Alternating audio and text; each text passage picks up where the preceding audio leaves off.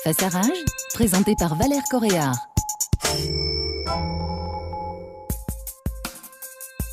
La France, pays de râleurs. En 2011, les Français étaient déjà champions du monde du pessimisme quant à leur situation économique. En 2013, nous sommes encore 60% à être pessimistes pour l'avenir de la société.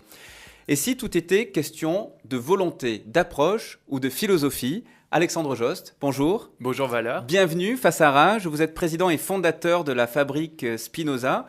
3 dates dans votre parcours professionnel. En 2000, vous êtes diplômé de l'École centrale de Paris. 2010, création du think tank La Fabrique Spinoza. 2013, nommé à la commission présidentielle de la République, dite Attali 2, pour l'économie positive. D'abord, est-ce que vous rajoutez une date à ces 3-là ? Non, écoutez, j'ai l'impression que c'est exactement ce qui s'est passé dans ma vie et ce qui m'a amené à créer un projet autour du bien-être citoyen. Oui, c'était en 2010. Un think tank, La Fabrique Spinoza. D'abord, pourquoi un think tank? Et si on peut rappeler très brièvement, qu'est-ce que c'est qu'un think tank finalement? Oui, tout à fait. Eh bien, un think tank, on aime bien les mots anglo-saxons ces jours-ci, c'est un club de réflexion. On pourrait dire un club d'action dont l'objet est d'apporter des propositions pour transformer la société. Et La Fabrique Spinoza? Alors, La Fabrique Spinoza, pourquoi ce nom-là? Ce nom-là, eh bien, parce que fabrique au sens de production réelle d'idées, et puis Spinoza parce que c'est un des philosophes assez méconnu finalement en comparaison de son œuvre qui est tournée vers la joie, la liberté, et qui imagine le bonheur d'une manière qui nous parle à nous, êtres humains. Qu'est-ce que vous proposez alors? Quelles sont vos activités et quel est le fondement de votre action? Écoutez, et c'est très simple. Le fondement de notre action est de dire que nous avons peut-être oublié le but en chemin.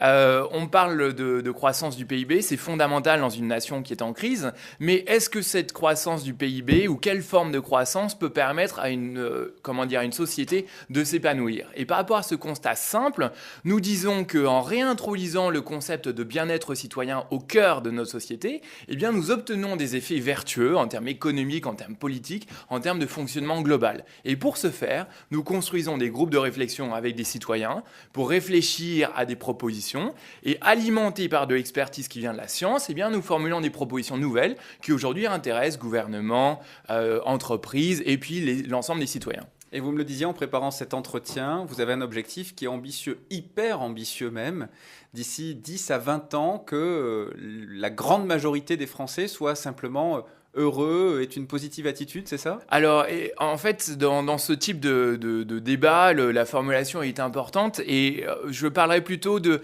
créer les conditions en tant que société, en tant qu'économie, en tant que fonctionnement collectif, les conditions qui permettraient, si les gens le souhaitent, libre à eux, eh bien, d'être épanouis pour 90 ou 100% des Français. Voilà. Est-ce que vous pourriez nous décrire quelques-unes de vos préconisations concrètes? Parce que on se dit que pour arriver à cet objectif, que la grande majorité des Français se sentent bien, c'est ce que vous me dites, il y a quand même un petit peu un chemin là. Bah écoutez, je vais prendre une proposition un peu poil à gratter dans la mesure où nous sommes dans un studio radio-télé.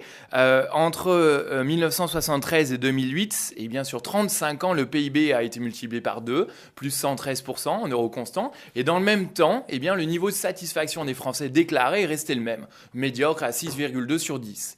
Et certains économistes assez sérieux pensent qu'il pourrait y avoir comme seul...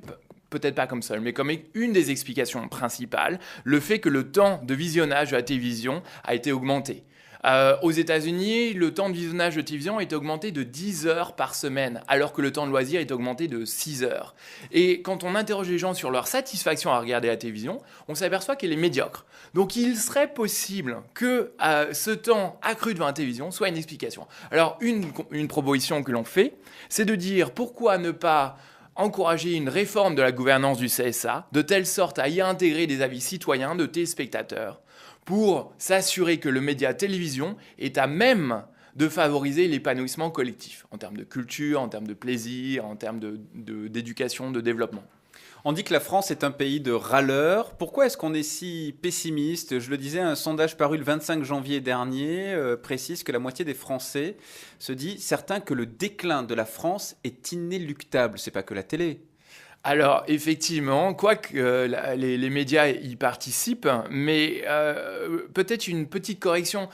On parle il y a deux manières d'examiner l'optimisme. Ou bien en distinguant optimisme de but et optimisme de chemin. Les Français sont probablement plutôt optimistes en termes de but. Ils pensent qu'ils arriveront quelque part, mais pessimistes en termes de chemin. Ça sera difficile.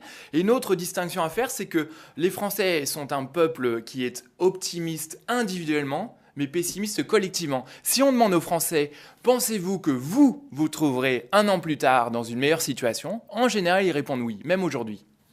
Vous parlez également milieu professionnel et vous expliquez en tout cas une de vos théories est que le bien-être favorise finalement la productivité, l'efficacité en entreprise. Vous pouvez expliquer cela? Oui, bien sûr. Alors peut-être un petit bémol, hein, quand vous dites une de nos théories, en tant que think tank et étant non partisan, nous avons la capacité à construire une pensée qui soit aussi libre, aussi neutre que possible. Donc nous nous appuyons sur des recherches scientifiques et effectivement, il y a aujourd'hui 225 études, par exemple récapitulées par Sonia Lyubomirsky, qui suggèrent des avantages aux affects positifs, au bien-être, à l'épanouissement, y compris dans le champ professionnel.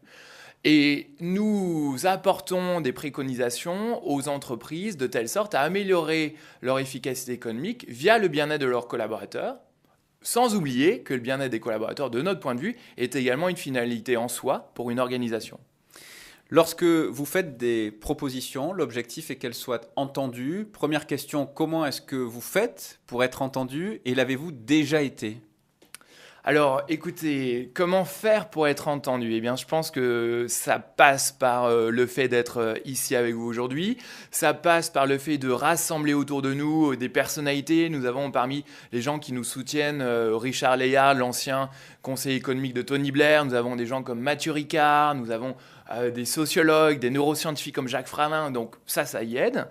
Et puis, peut-être simplement croire que, eh bien, avec des petits bras, puisqu'aujourd'hui, nous sommes seulement 1000 suiveurs dans les réseaux sociaux à la Fabrique Spinoza, eh bien, on peut porter une action. Alors, pour vous donner un exemple de est-ce que ça marche ou pas, eh bien, je dirais que depuis 2 ans, depuis notre création, nous travaillons auprès des députés, des parlementaires, des sénateurs, pour les encourager à créer une commission sur les indicateurs de bien-être, comment imaginer des indicateurs complémentaires au PIB. Et après 2 ans, nous sommes en passe de réussir, et effectivement, une commission se crée au Sénat pour réfléchir à quels seraient ces nouveaux indicateurs, à même de fixer un cap pour notre société et favoriser par là même un meilleur fonctionnement économique. La culture du positif à tout prix n'aurait-elle pas aussi ses limites à un moment donné ? Est-ce qu'on ne risque pas de créer un environnement superficiel du bonheur et d'éluder les vraies questions de fond, les problèmes de la vraie vie, j'allais dire ? Alors, écoutez, cette question, elle nous touche particulièrement parce que il ne faudrait pas avoir un regard angélique et oublier les gens qui sont dans la grande précarité, dans des situations d'exclusion. Et par rapport à ces gens-là, il est certain qu'il faut d'abord leur donner un toit, veiller à ce qu'ils soient dans une situation de dignité humaine. Les personnes auprès de qui nous souhaitons ajouter de la valeur sont peut-être les Français qui sont dans une situation, on va dire, moyenne.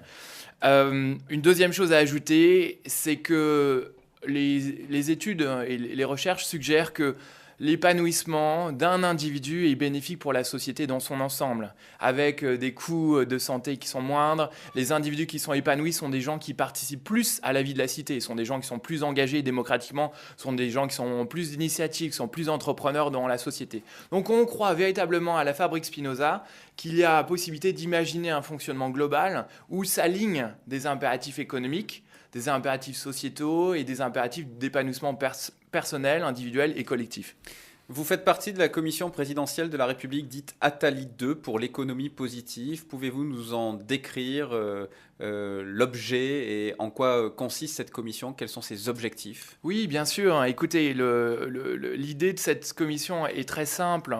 Elle consiste à dire que dans des recherches de croissance, on a tendance à aller chercher trouver des remèdes qui soient véritablement curatifs à qui soit par rapport aux symptômes présents. Et nous souhaitons imaginer dans cette commission une autre forme d'économie qui s'appuierait sur des ressorts différents. Et c'est une économie qui potentiellement pourrait s'appuyer sur un altruisme rationnel, avec donc une coopération plus grande entre les entités, entre les individus, de telle sorte à favoriser un meilleur fonctionnement de cette économie. L'altruisme rationnel. Alexandre Jost, merci d'avoir accepté notre invitation face à Rage.